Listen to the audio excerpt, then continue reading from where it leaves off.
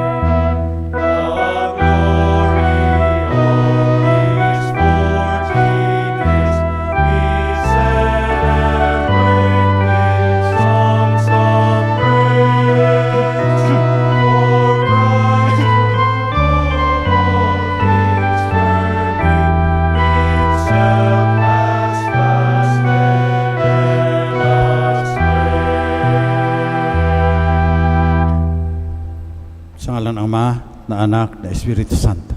Amen. Biyaya nating Panginoong Jesucristo, ang pag-ibig ng Diyos Ama at ang liwanag ng Espiritu Santo, naway sumainyong lahat. At sumainyo rin. Mga kapatid, nasa ikalimang linggo tayo ng Kwaresma.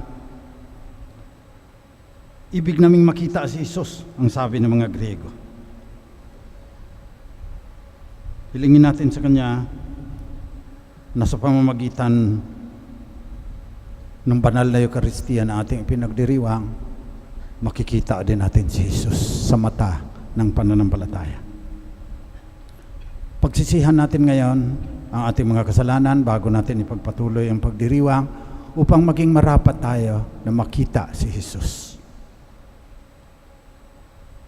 Inaamin ko Sa makapangyarihang Diyos at sa iyo mga kapatid, na lubha akong nagkasala sa isip, sa salita at sa gawa, at sa aking pagkukulang. Kaya isinasama ko sa mahal na Birheng Maria, sa lahat ng mga anghel at mga banal, at sa inyo mga kapatid na ako'y ipanalangin sa Panginoon ating Diyos. Kaawaan tayo ng makapangyarihang Diyos, patawarin natin mga kasalanan, patnubayan tayo sa buhay na walang hanggan. Amen. Panginoon, kaawaan mo kami. Panginoon, kaawaan mo kami. Kristo, kaawaan mo kami. Kristo, kaawaan mo kami. Panginoon, kaawaan mo kami. Panginoon, kaawaan mo kami. Manalangin tayo. Manaming makapangyarihan, alang-alang sa dakilang pag-ibig ng iyong anak, na siyang nagbunsod upang mahalin niya ang lahat. Ano pat kusa niyang inako ang mamatay para sa sanlibutan, kami naway masigasig na tumahak sa kanyang dinaanan, sa iyong pag-akay at sa kanyang pamamagitan. Kasama ng Espiritu Santo, magpasawalang hanggan. Amen.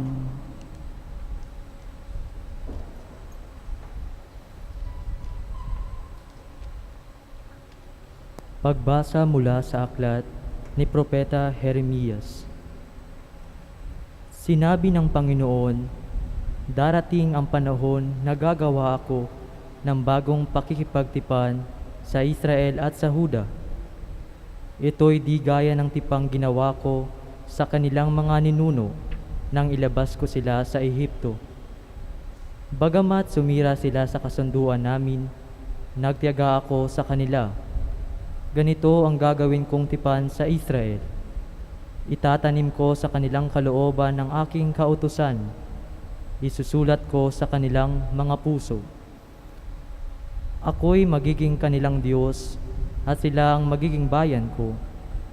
Hindi na nila kailangang turuan ng isa't isa upang makilala ang Panginoon.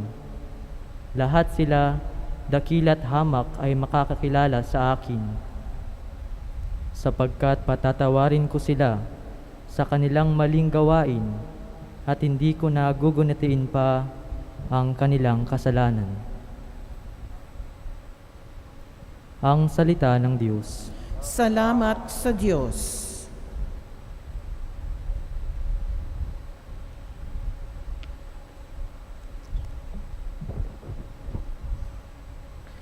Diyos ko, sa aki likhain, tapat na puso't loobin. Diyos ko, sa aking likhain, tapat na puso't loobin. Ako'y kaawaan, o mahal kong Diyos, sang-ayon sa iyong kagandahang loob. Mga kasalanan ko'y iyong pawiin, ayon din sa iyong pag-ibig sa akin.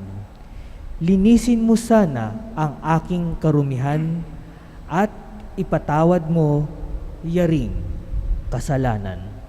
Diyos ko, sa aking likhain, tapat na puso't loobin.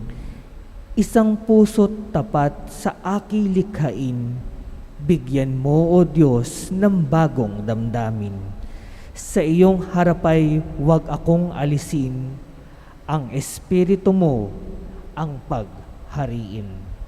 Diyos ko, sa aking likhain, tapat na puso't loobin. Ang galak na dulot ng iyong pagliligtas, ibalik at ako'y gawin mong tapat.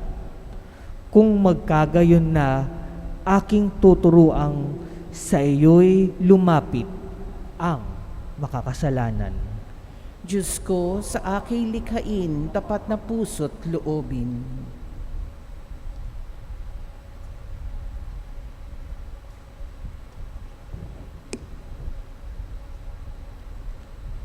Pagbasa mula sa sulat sa mga Hebreo. Mga kapatid, noong si Jesus ay namumuhay rito sa lupa, siya'y dumalangin at lumuluhang sumasamo sa Diyos na makapagliligtas sa Kanya sa kamatayan. At dininig siya dahil sa lubusan siyang nagpakumbaba. Bagamat siya'y anak ng Diyos, natutuhan niya ang tunay na kahulugan ng pagsunod sa pamamagitan ng pagtitiis. At nang maganap na niya ito, siya ay naging walang hanggang tagapagligtas ng lahat ng sumusunod sa Kanya. Ang salita ng Diyos. Salamat sa Diyos. Magsitayo bilang paggalang sa mabuting balita.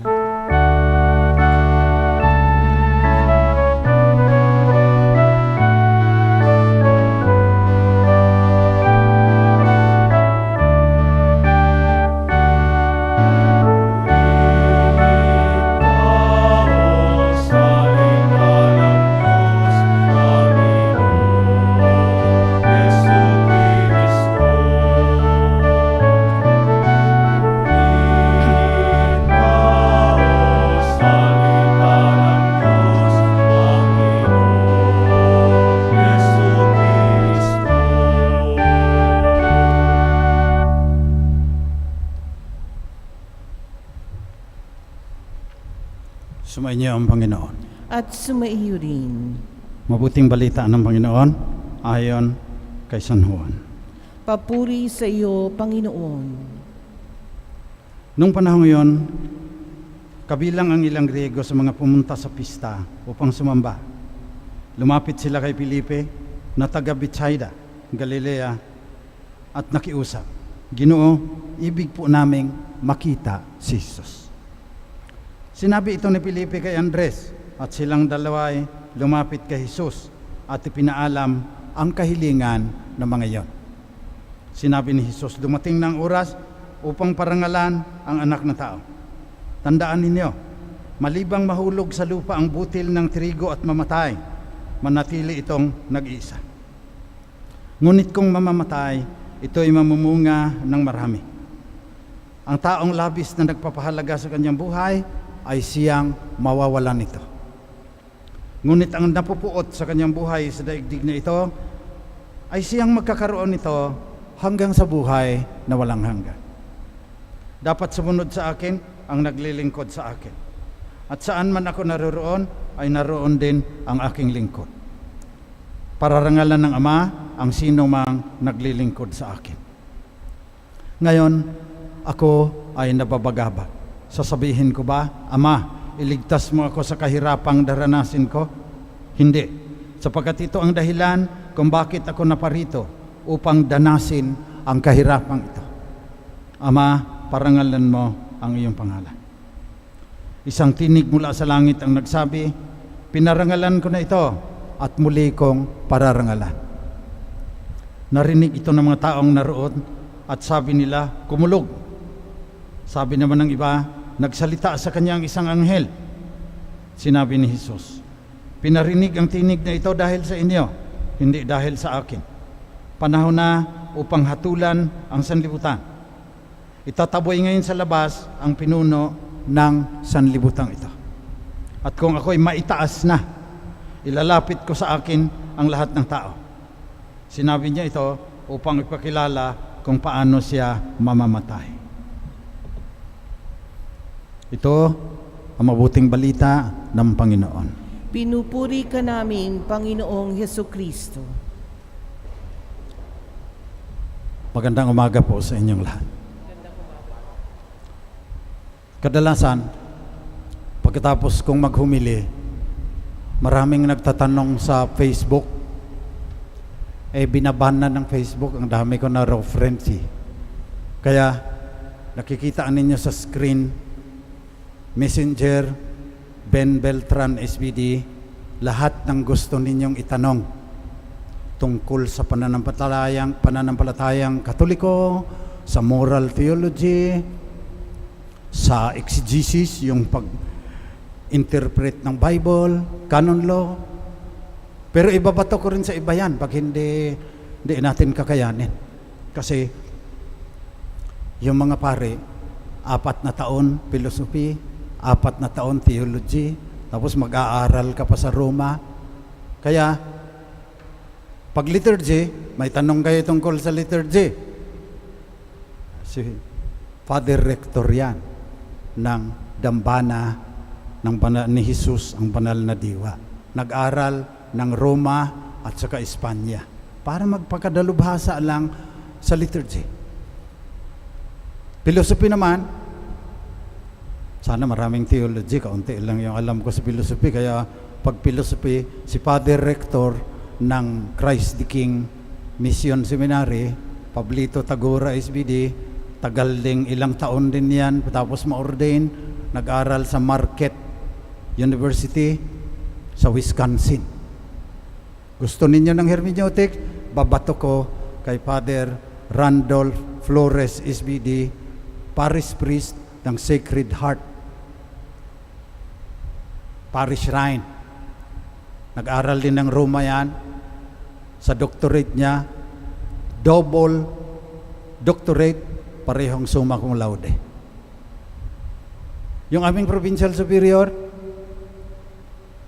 Father Jerome Marquez SBD, dalubhasa ayan sa canon law, yung batas ng simbahan, ay member ng marriage tribunal yan.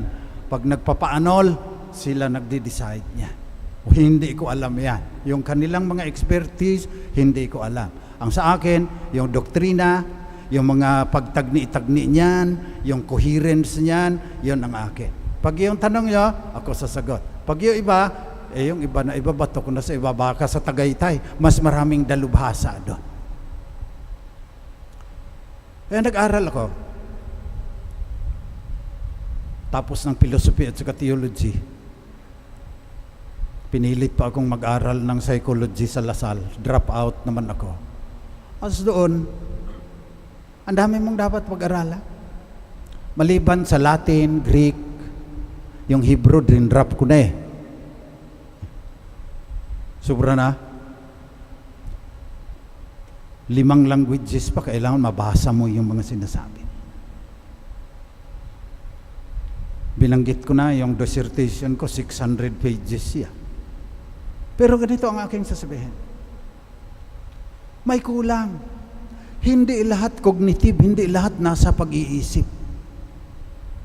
Kaya, sinabi ba ng Santo Papa nung nagbisa ng 500 years, na yung mga Pilipino, ang galing sa doktrina niyan, ang galing sa kung ano-ano yan. Hindi. Ang sinabi ng Santo Papa, tayo misyonero, at ang bigay natin sa daigdig ay joy, kaligayahan. Maligaya tayo eh. Maliban lang kung nagsisimba, ang hahabaan ng mukha ninyo, seryoso kayo masyado. It should be characterized by joy. Yung Santo Papa ang nagsabi. Paano natin ilalapat sa Ebanghelyo ngayon yan?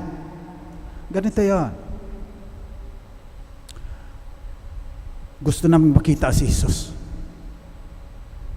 Pero, sa dulo, sinabi na ni Jesus, kung ako'y maitaas na, ilalapit ko sa akin ang lahat ng tao. Ang ibig sabihin, pagpunta ng mga Grego, makikita nila tao, karpintero. Malalaman mo lang kung sino talaga si Jesus kapag siya ay itinaas na. Kaya ngayon,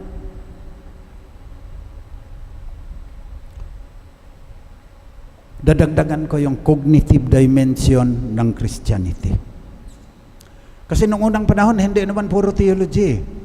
Konektado ang theology sa mysticism, yung ibang pamamaraan na makilala ang Diyos. At noon, malapit sila sa art. Ngayon lang yan na puro cognitive na lang yung turo ng simbahan na minsan sumasalimpapaw na sa himpapawid. Noong 13th century, hanggang 13th century, mahilig pa sila sa works of art na pag nilayan mo, mararating mo ang ibang antas ng katotohanan. So 13th century, naging uso sa Germany ang painting, sculpture, mga imahin, ang tawag nila der Gnadenstuhl. Ang ibig sabihin, seat of mercy, throne of grace. Ang Gnadenstuhl. Ano yun? Pinakopya ko sa isang mangungulit sa Catholic trade. Ito yung Gnadenstuhl. Seat of mercy, throne of grace. A picture is worth 1,000 words. Nakalimutan na natin yan. Puro words tayo ngayon. Lalo na yung ibang mga sekta na puro Biblia na lang. Maganda din yan, pero kulang yan. Yung art, kagaya nitong Der Gnadenstuhl, Seat of Mercy, Throne of Grace. Anong pinapakita po dito? Trinity. Ay pag inilapat mo sa Ebanghelyo ngayon, noong itinaas si Jesus at ipinako sa krus, yun ang rurok ng pagpapahayag ng Diyos kung sino siya. Kaya andyan ang Ama, minsan nakakorona yan Ang dami-daming imahen ng Der Gnadenstuhl sa Germany, minsan nakakorona yan na hari ang Ama kasi may kingdom siya. Pagkatapos, siguro hindi niyo na masyadong makita, may kalapati, Holy Spirit. At andyan si Jesus nakapako sa krus. So ang una natin, our God is community.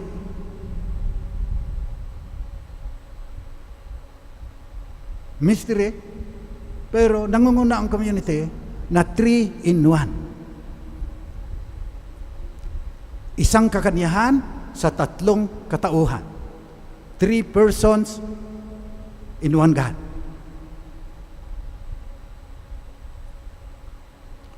At dyan tayo naiiba sa lahat ng mga relihiyon. Si Allah, isa lang yan siya. Ito, 3 in 1. So malaking mystery kasi sabi pa nung isang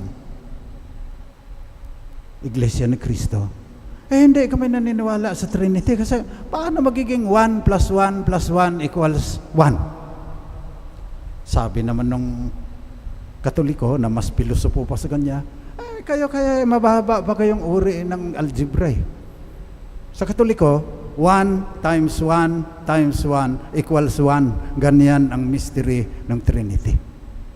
Pero maliban po doon na magpipilosopo na lang tayo sa mga argumento, maliban sa pinapahayag na our God is Trinitarian, Triune God, one and Triune God.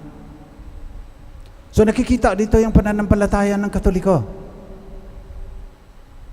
My God the Father, so loved the world, gave His only begotten Son. And the Holy Spirit, sasabihin din natin mamaya,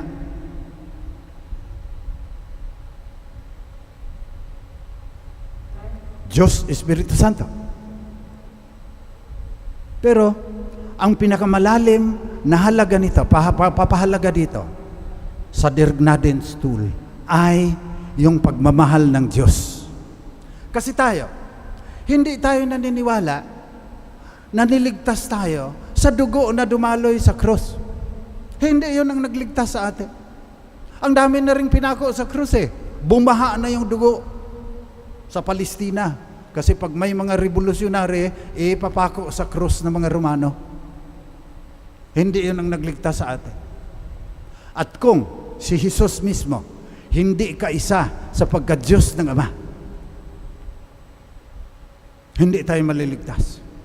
Sapagkat ang ating kasalanan walang hanggan, kailangan walang hanggan din ang kabayaran. Yung banal na diwa lang na kaisa sa pagka-Diyos ng Ama na naging tao ang makabayad sa ating walang hanggang pagkakasala laban sa paglapastangan natin sa walang hanggang Diyos. At dito, sabi ng mga theologians, na pag nagsabing God is love, totoo. There is always a price to pay for loving. Masasaktan ka. Yung sakripisyo na lang mga nanay, alam din natin yon. You have to pay the price. Kung walang Gnadenstuhl, kung hindi Trinitarian, ang kamatayan ni Jesus sa krus, na ang ibig sabihin, andun ang Ama at andun ang Espiritu Santo, hindi totoo ang kanyang pagmamahal. Parang yung isang matrona, ang yaman-yaman, nasa mansion niya, managugutom na ata, hindi nabigyan ng ayuda yung mga sasabihin, oy Petra, sabihin sa katulong, yung mga dilata doon na medyo kinakalawang na, yung mga luma akong mga bestida, bigay mo na doon sa mga squatter. Dalhin mo kasi baka ako ang magkakubit. Hindi totoong pagmamahal yon. It does not cost you anything. Sa Gnadenstuhl, in the presence of the Trinity, sa kamatayan ni Jesus sa krus, God paid the price. He gave His only begotten Son, abandoned Him. Ama, bakit mo ako pinabayaan? Why have you forsaken me? So ikaw ang Ama, sasabihan ka ng anak mo na ganon, hindi ka ba masasaktan? Hindi ka ba makaranas ng pighati? So hindi na natin maintindihan paano makaranas ng pighati ang walang hanggang Diyos. Pero pinahayag sa atin sa kamatayan ni Jesus sa krus na ginugunitaan natin ngayong Kwaresma. Pinapahayag sa atin na the Father was willing to pay an infinite price by giving up His only begotten Son to die on the cross. Niligtas din tayo ng Ama. Mababa ang pagtingin mo, parang si Jesus lang, pinako sa krus, kawawa na ba? Dumalo yung dugo, ligtas na tayo. Andun ang Ama. God so loved the world that He gave His only begotten Son. Tapos andun ang Espiritu Santo. Noong mapigtas na halos, yung pagkaugnay ng Diyos Ama at ang banal na diwa na kanyang pinakamamahal na anak, andun ang Espiritu Santo, the bond of love, ang bigkis ng pagmamahal, na panatili niya ang pagkakaisa ng Ama at ng Anak. Andun ang banal na Santatlo noong malagutan ng hininga ang banal na diwa na naging tao. Kaya, pag sinabi natin, gusto naming makita si Jesus, diyan mo tignan. Sapagkat si Jesus din ang pagpapahayag ng Ama kung sino siya. Maraming mga scientist naniniwala na ngayon na may Diyos. Pero yung Diyos nila hindi nagmamahal. Parang infinite intellect na gagawa ang ganyan ng universe. Hindi marunong magmahal yung kanilang Diyos. Yung Diyos lang na pinahayag ni Jesus ang nagmamahal ng walang hanggang pag-ibig, sapagkat siya ay walang hanggan. At yung pagmamahal na walang hanggan ng Diyos, na nagparaya, pinaubaya, parang Moira de la Torre na tayo ngayon, pinaubaya yung kanyang anak para mamatay sa krus. Yung walang hanggang pag-ibig na yon ang nagligtas sa atin, hindi yung mga krusipiho na halos sinabuyan na ng isang balde na pintang pula para mapaiyak yung mga tao. Hindi dugo ang nagligtas sa atin. Yung walang hanggang pagmamahal ng Diyos na naglayon bayaran ang akmang kabayaran na hinihingi ng pagmamahal. God was willing to pay the price. Kaya, tignan natin uli, kulang yan. Mas malalim ang Gnaden's tool. Kasi yung pinahayag ni Jesus na ang Diyos pag-ibig, narito. Na ang Diyos community, narito. So ngayong linggo, hilingin natin ang mas malalim na pagkilala kay Jesus. Kasi tayo rin, lagi tayong nagsasabi, Lord, I want to see you. Gusto naming makita si Jesus. Pero siya rin ang nagsabi, kapag ako ay itinaas na, ilalapit ko sa akin ang lahat ng tao. I will draw everyone to myself. At ito, ang mas matingkad na larawan ng Ebanghelyo. Ito talaga ang magandang balita, that God is love and God saves us from our infinite transgressions because His love is infinite.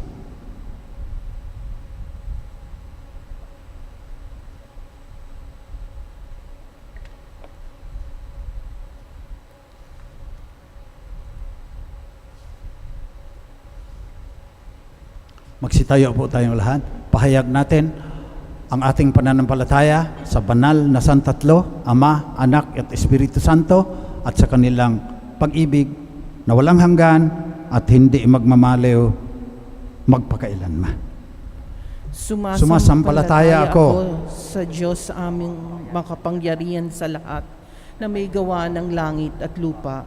Sumasampalataya ako kay Hesukristo, iisang anak ng Diyos, Panginoon nating lahat. Nagkatawang tao siya, lalang ng Espiritu Santo, ipinanganak ni Santa Maria Birhen, pinagpasakit ni Poncio Pilato, ipinako sa krus, namatay, inilibing, nanaog sa kinaroroonan ng mga yumao, nang may 3 araw na buhay na maguli, umakyat sa langit, naluklok sa kanan ng Diyos, amang makapangyarihan sa lahat. Doon magmumulang paririto at huhukom sa nabubuhay at nangaman namatay na tao. Sumasampalataya naman ako sa Diyos Espiritu Santo, sa banal na simbahang katolika, sa kasamahan ng mga banal, sa kapatawaran ng mga kasalanan, sa pagkabuhay na muli ng mga nangamatay na tao, at sa buhay na walang hanggan. Amen. Panalangin ng bayan, mga kapatid. Manalangin tayo sa ating Amang nasa langit. upang tulungan tayong makatulad sa kanya anak na si Jesus sa pamamagitan ng biyaya ng Espiritu Santo, ang banal na santatlo na nagmahal sa mundo at nag-alay ng kanilang pagmamahal para sa ating kaligtasan. Buong pagtitiwala tayong manalangin. Ama, dinggin mo ang iyong bayan. Ama, dinggin mo ang iyong bayan. Makita nawa kay Santo Papa Francisco, mga obispo, mga pari at mga relihiyoso ang kanilang pag-aalay ng sarili upang patuloy na magbigay papuri sa Diyos at magsikap sumunod sa kanilang magandang halimbawa. Manalangin tayo. Ama, dinggin mo ang iyong bayan. Isulong nawa ng mga opisyal ng pamahalaan ang mga hakbang tungo sa kapayapaan at ikauunlad ng sambayanan, lalong-lalo na ang mga para sa mahihirap nating mga mamamayan. Manalangin tayo. Ama, dinggin mo ang iyong bayan. Pakinggan nawa namin ang hamon ni Jesucristo tungo sa pagiging bukas palad at mapagpatawad sa aming mga kapwa habang nakatuon sa landas ng pagbabagong buhay. Manalangin tayo. Ama, dinggin mo ang iyong bayan. Tanggapin nawa sa kaluluwalhatian ng langit ang aming mga mahal sa buhay na pumanaw na mula sa daigdig na ito, pati na rin ang mga walang nakakaalala. Manalangin tayo. Ama, dinggin mo ang iyong bayan. Tahimik po nating ipanalangin ang iba pa nating mga kahilingan at ang mga intensyong inialay sa misang ito.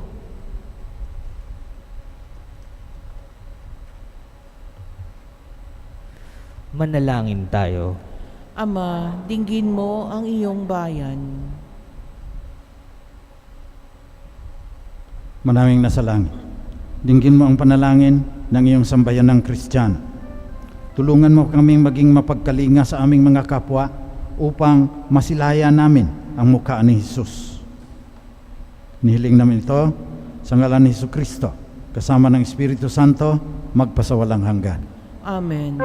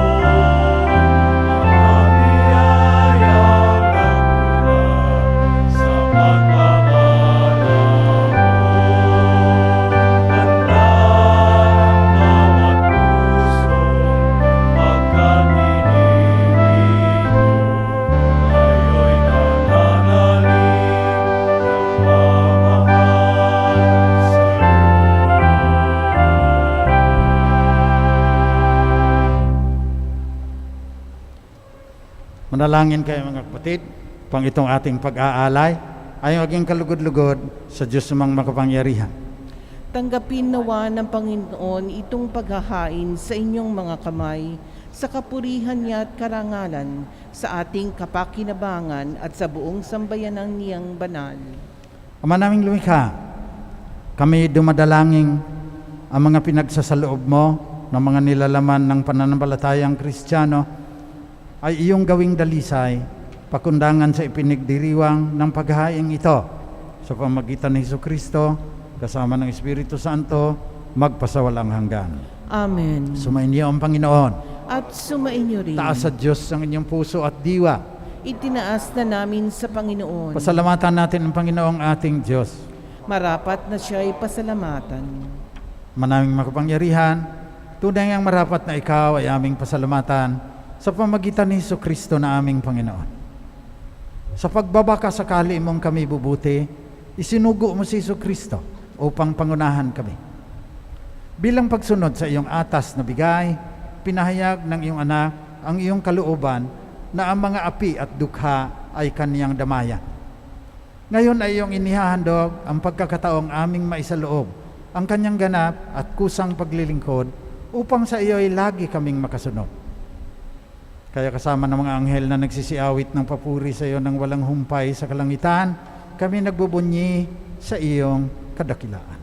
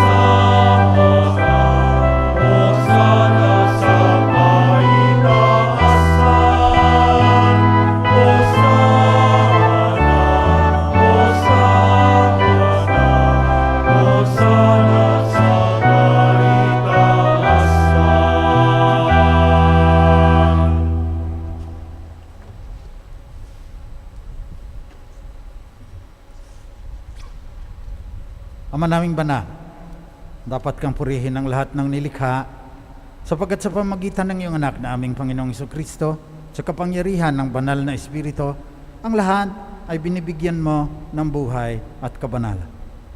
Walang sawa mong tinitipon ang iyong sambayanan upang mula sa pagsikat hanggang sa paglubog ng araw, maihandog ang malinis na alay upang sambahin ang iyong pangalan. Ama, isinasamo naming pakabanalin mo sa kapangyarihan ng banal na Espiritu ang mga kaloob na ito na aming inilalaan sa iyo. Ito nawa ay maging katawan at dugo ng iyong anak at aming Panginoong Jesucristo na nag-utos na ipagdiwang namin ang misteryong ito. Noong gabing pinagtaksilan siya ng isa sa kanyang mga alagad, samantalang naghahapunang kasama sila, kumuha si Jesus ng tinapay. Nagpasalamat sa iyo, Ama. Hinatiin niya yon. Binigay sa kanyang mga alagad at sinabi, tanggapin ninyong lahat ito at kanin. Ito ang aking katawan na ihahandog ng dahil sa inyo.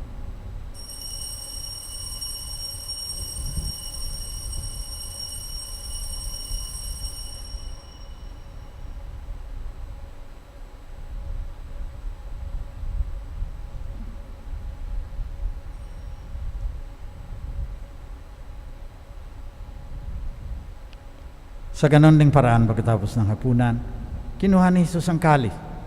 Muli siyang nagpasalamat sa iyo, Ama. Binigay niya ang kalis sa kanyang mga alagad at sinabi, tanggapin ninyong lahat ito at inumin. Ito ang kalis na aking dugo, ng bago at walang hanggang tipan. Ang aking dugo na ibubuhos para sa inyo at para sa lahat sa ikapagpapatawad ng mga kasalanan. Gawin ninyo ito, panglagi ninyo akong maalaala.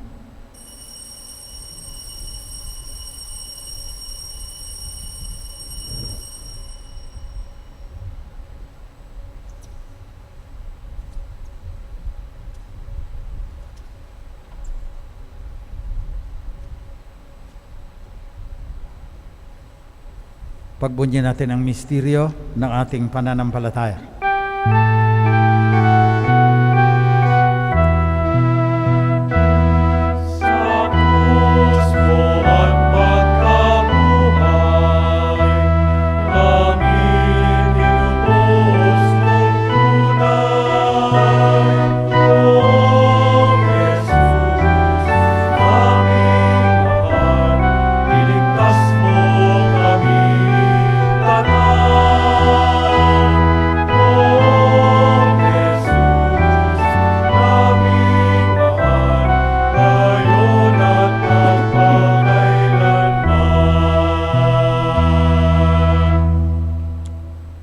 Ama, ginugunitaan namin ngayon ang kamatayan ng iyong anak na sa amin nagligtas. Gayon din ang kanyang muling pagkabuhay, pag-akyat sa kalangitan. Samantala ang kanyang muling pagbabalik ay aming pinanabikan. Kaya bilang pasasalamat, ngayon ay aming iniaalay sa iyo ang buhay at banal na paghahaing ito. Tunghayan mo ang handog na ito ng iyong simbahan. Pagmasdan mo ang iyong anak na nag-alay ng kanyang buhay, upang kami ay ipakipagkasundo sa iyo. Loobin mong kaming magsasalo-salo ng kanyang katawan at dugo ay mapuspos ng Espiritu Santo at maging isang katawan at isang diwa kay Kristo. Kami na ay gawin niyang handog na habang panahong nakatalaga sa iyo. Tulungan nawa niya kaming magkamit ng iyong pamana, kasama ng Ina ng Diyos, ang mahal na Birheng Maria, kasama ng mga apostol, mga martir, at lahat ng mga banal na inaasahan naming laging nakikiusap para sa aming kapakanan. Ama, ang handog na ito ng aming pakikipagkasundo sa iyo ay magbunga nawaan ng kapayapaan at kaligtasan para sa buong daigdig. Patatagin mo sa pananampalataya at pag-ibig ang iyong simbahang naglalakbay sa lupa.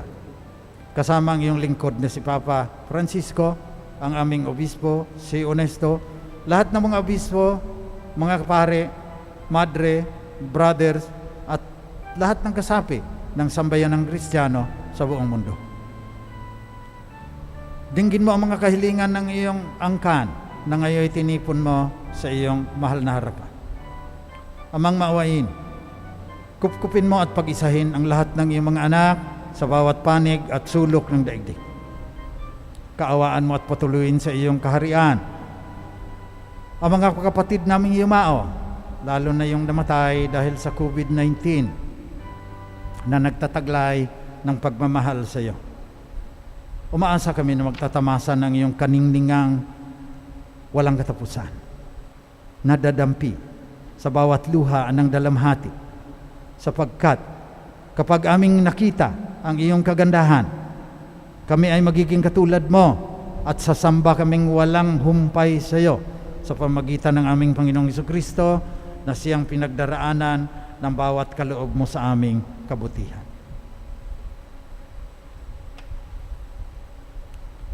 Sa pamamagitan ni Kristo, kasama niya at sa Kanya, ang lahat ng parangal at papuri ay sa iyo, Diyos amang mga pangyarihan, kasama ng Espiritu Santo, magpasawalang hanggan.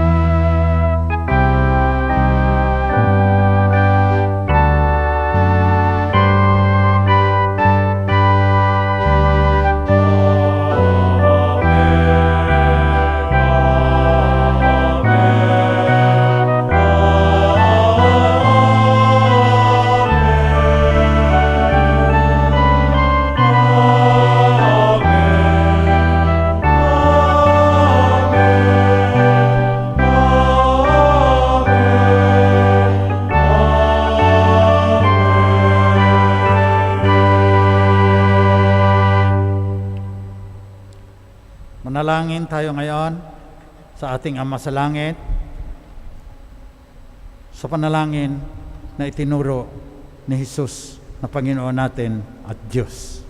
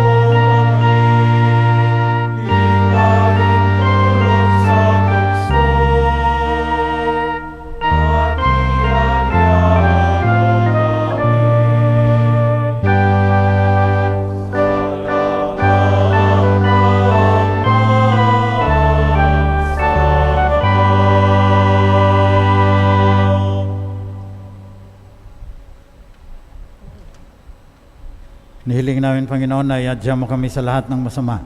Pagkalooban mo kami ng kapayapaan na palagian, pang sa tulong ng iyong awa.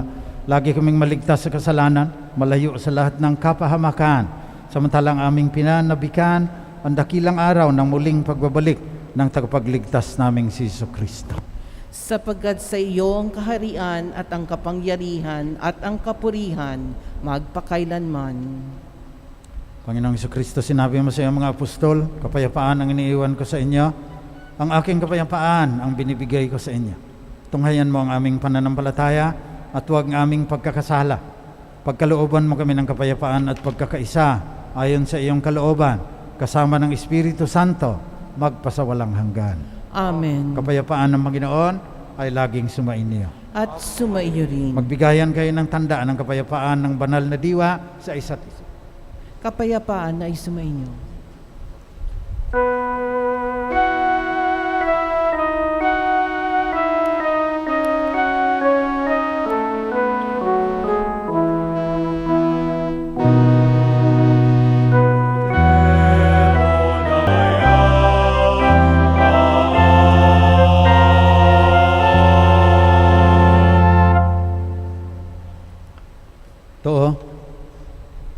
Katawan at dugo ng ating Panginoong Jesucristo, ang banal na diwa na naging tao, kaisa sa pagka-Diyos ng Ama at ng Espiritu Santo, mapapalad ang mga inaanyayahan sa kanyang piging.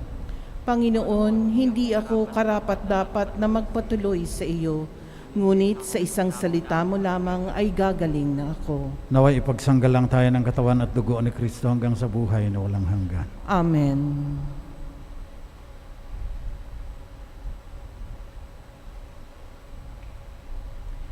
Magsiupo ang lahat, paalala. Ang pagbibigay po ng komunyon ay gagawin ng pahanay. Pakintay po ang mga ushers upang magabayan. Mag-alcohol din po ng mga inyong kamay bago tanggapin ang katawan ni Kristo. Salamat po. Espiritual na pakikinabang. Aking Jesus, nananalig akong ikaw ay nananahan sa pinakabanal na sakramento. Mahal kita ng higit sa lahat ng bagay at nais kong tanggapin ka sa aking kaluluwa. Subalit sa sandaling ito, ikaw ay hindi ko matatanggap sa banal na komunyon. Naway tanggapin kita ng espiritual sa aking pagnanais na ito at pumasok ka sa aking puso. Niyayakap kita na parang naririto ka na sa akin at pinagkakaisa ko ang aking sarili sa iyo. Huwag mong hayaan ako'y mawalay sa iyo. Amen.